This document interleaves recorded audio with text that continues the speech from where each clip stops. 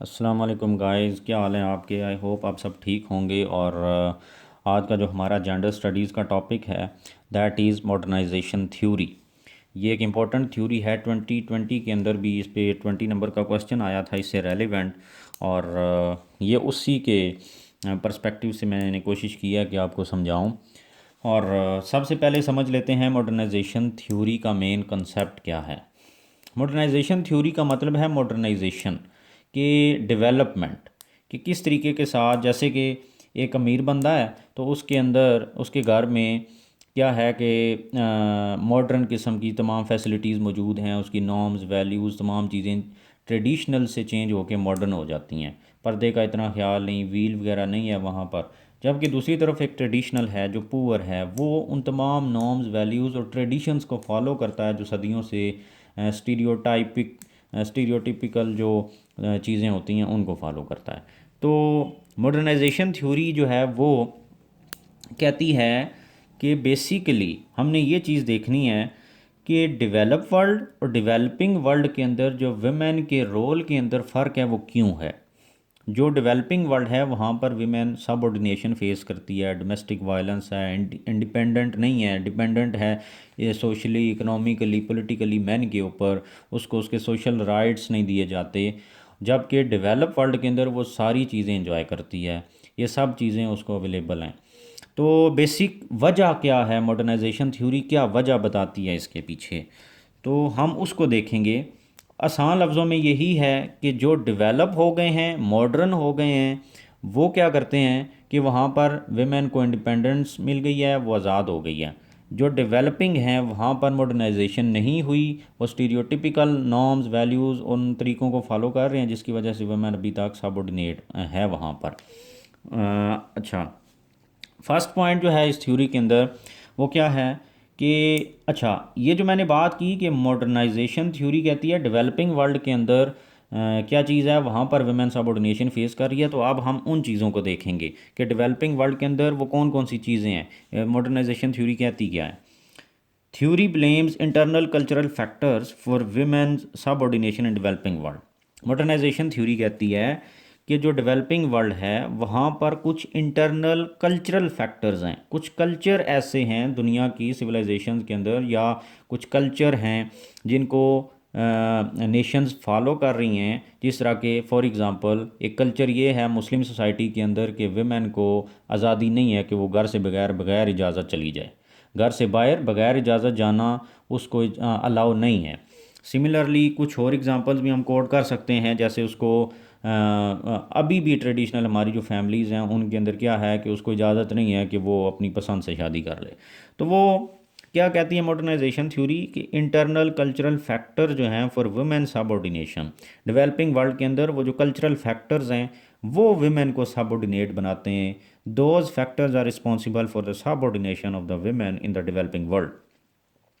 पहली बात। दूसरी क्या है कि some traditional cultures plus religious ideas जो हैं, कल्चरल ट्रेडिशनल कल्चरल वैल्यूज़ की तो मैंने एग्जांपल दी कि उसको शादी की इजाज़त नहीं है पसंद की, वो घर से बाहर नहीं जा सकती, बिहाइंड फोर वॉल्स रहना उसके लिए अच्छा समझा जाता है। जबकि कुछ इसके साथ दूसरी चीज़ क्या है, रिलीजियस आइडियाज़, कि कुछ रिलीजियस आइडियाज़ हैं, वैल्यूज़ हैं, जैसे मुसलमान जो हैं, इस्लाम जो है रिलीजन, वो क्या कहता है कि व्हील होना चाहिए, औरत के लिए जो है वो पर्दा होना चाहिए, वो घर से बाहर ना निकले, निकले तो महरम के साथ निकले। इसी तरीके के साथ बाकी कुछ चीज़ें जो जो इस्लाम डिफ़ाइन करता है।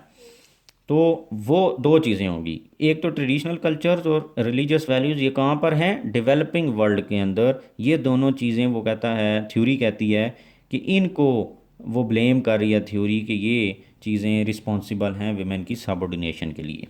तीसरी बात क्या है कि male domination and female subordination, जब ये दोनों चीज़ें मिलती हैं तो इससे क्या होता है, मेल डोमिनेट करा जाता है सोसाइटी के अंदर और फीमेल सबऑर्डिनेशन फेस करती है। वो तो जाहिर है फिर इसका रिजल्ट यही होना है। अच्छा, अब क्या कहती है आगे theory, in developing world there is more gender equality due to economic growth, modernisation, free trade, spread of information technology etcetera. Develop मैंने पहले बताया कि डेवलप कौन सी है, जहाँ पर इकोनॉमिक ग्रोथ है, प्रॉस्पेरिटी है, मॉडर्नाइजेशन है, मॉडर्न किस्म के नॉर्म्स वैल्यूज़ को फॉलो किया जा रहा है। फ्री ट्रेड है, spread of information, technology etcetera, ये तमाम चीज़ें जहाँ जहाँ पर हैं मॉडर्नाइजेशन आ गई है, तो वहाँ पर क्या है, मोर जेंडर इक्वालिटी है। इंपॉर्टेंट चीज़ इज़ जेंडर इक्वालिटी के डेवलप वर्ल्ड के अंदर जेंडर इक्वालिटी और डेवलपिंग वर्ल्ड के अंदर इनइक्वालिटी। तो जेंडर इक्वालिटी क्यों आई? Economic growth, modernisation, free trade. अब इन सारी चीज़ों के पीछे क्या होता है? फ्री ट्रेड है तो वहाँ पर क्या होगा कि free movement of people and good होगा, ग्लोबलाइजेशन का कंसेप्ट अप्लाई हो रहा होगा, फॉरेन डायरेक्ट इन्वेस्टमेंट होगी, एम्प्लॉयमेंट अपॉर्चुनिटीज़ होंगी, पॉवर्टी रेडिकेट होगी, कलेक्टिव डेवलपमेंट का कंसेप्ट फॉलो किया जा रहा होगा। इसके अलावा इकोनॉमीज़ ऑफ स्केल को फॉलो किया जा रहा होगा। वहाँ पर जो है वो ज़्यादा से ज़्यादा कंपटीशन होगा, चीज़ें सस्ती होंगी। ये सारी चीज़ें जब होंगी तो वहाँ पर इकोनॉमिक ग्रोथ होगी, प्रोस्पेरिटी होगी, मॉडर्नाइजेशन एज अ रिज़ल्ट आएगी, तमाम चीज़ें डेवलप होती होंगी, इंफ्रास्ट्रक्चर से लेकर लोगों की नॉर्म्स और वैल्यूज़ तक जो है वो सारी चीज़ें मॉडर्नाइज हो जाएंगी। तो ये सब चीज़ें वो कहती है थ्योरी कि ये क्या करती हैं, ये जेंडर इक्वालिटी को प्रमोट करती हैं। अच्छा, अब क्या है आगे कि डेवलप वर्ल्ड के अंदर अब क्या होता है, women move from agriculture to manufacturing and services sector. जब कंट्रीज़ डेवलप होते हैं तो एग्रीकल्चर, डेवलपिंग वर्ल्ड के अंदर आपको पता है जैसे हमारा है कंट्री, पाकिस्तान, इंडिया हो गया, अफ्रीकन कंट्रीज़ हो गए, तो वहाँ पर जो फ़ीमेल के लिए, वीमेन के लिए एक बड़ा एम्प्लॉयमेंट अपॉर्चुनिटीज़ हैं अगर, तो वो एग्रीकल्चर सेक्टर के अंदर हैं। जबकि डेवलप वर्ल्ड के अंदर क्या है कि एग्रीकल्चर से ज़्यादा मैन्युफैक्चरिंग सेक्टर और सर्विसेज सेक्टर के अंदर वेमेन के लिए जॉब अपॉर्चुनिटीज़ हैं, एम्प्लॉयमेंट अपॉर्चुनिटीज़ हैं। तो वो एग्रीकल्चर के ऊपर ही टोटली सोलली डिपेंडेंट नहीं रहती, बल्कि मैन्युफैक्चरिंग और सर्विसेज के अंदर भी उनको शेयर दिया जाता है। अच्छा, उससे अगली चीज़ क्या हुई कि more women in production sector, less fertility rate and more access to education. अब आगे इसका इम्पैक्ट देखें क्या हुआ। जब वो एग्रीकल्चर से मैन्युफैक्चरिंग की तरफ गई तो इम्पैक्ट क्या पड़ा, मोर वुमेन इन प्रोडक्शन सेक्टर। जब वो ज़्यादा से ज़्यादा वुमेन प्रोडक्शन सेक्टर की तरफ आ गई तो फर्टिलिटी रेट कम हो गया, मतलब कि जो पॉपुलेशन की इंक्रीज़ का रेट था वो कम हो गया, बच्चे कम पैदा होना शुरू हो गए। और क्योंकि वेमेन जो हैं वो क्या हो गई, वो बिज़ी हो गई, वो इंडिपेंडेंट हो गई, वो मॉडर्नाइज हो गई, वो ज़िंदगी की बाकी चीज़ों के अंदर इन्वॉल्व हो गई। सिर्फ घर के अंदर महदूद नहीं थी कि वो एक ही काम करती रहें, उनको एज आ रिप्रोडक्शन मशीन के तौर पर यूज़ किया जा रहा हो, बल्कि वो अपनी लाइफ खुद जीना शुरू कर दिया उन्होंने, और डिफरेंट सेक्टर्स के अंदर वो इन्वॉल्व होना शुरू हो गई। तो उससे क्या हुआ, जब वो इंडिपेंडेंट हुई, बाकी राइट्स उनको मिले, तो एजुकेशन तक उनकी एक्सेस ज़्यादा हो गई, तो वो एजुकेट हो गई। और एजुकेशन और इंडिपेंडेंसी, ये सब चीज़ों ने क्या किया, डोमेस्टिक वायलेंस कम किया, उनको सबऑर्डिनेशन उनकी ख़त्म की, तो ये उनको मॉडर्नाइज कर दिया। मोर इकोनॉमिक इंडिपेंडेंस, तो क्या हुआ इसका रिज़ल्ट, इकोनॉमिक इंडिपेंडेंस हो गई। अच्छा, अब क्या है, वेमेन इन दी सेक्टर। अब जब प्रोडक्शन सेक्टर और सर्विसेज सेक्टर के अंदर वेमेन आई ना, तो वो क्या फ़ील करती हैं, feel their status has improve for. तो वो क्या करती हैं, वो कहती हैं कि एक वो वुमेन जो एग्रीकल्चर के अंदर काम कर रही है, फील्ड्स के अंदर काम कर रही है, उससे जब वो अपने आप को कंपैरिजन करती हैं अपना, तो वो समझती हैं कि उनका स्टेटस, उनका किनका, वो विमेन जो कि सर्विसेज और मैन्युफैक्चरिंग सेक्टर, इंडस्ट्री के अंदर, फैक्ट्रीज़ के अंदर काम कर रही हैं, इनका स्टेटस ज़्यादा बेहतर है उनसे जो कि फील्ड्स के अंदर, जो एग्रीकल्चर सेक्टर के अंदर काम कर रही हैं। तो वो अपने आप को फील करती हैं कि they have improve their status.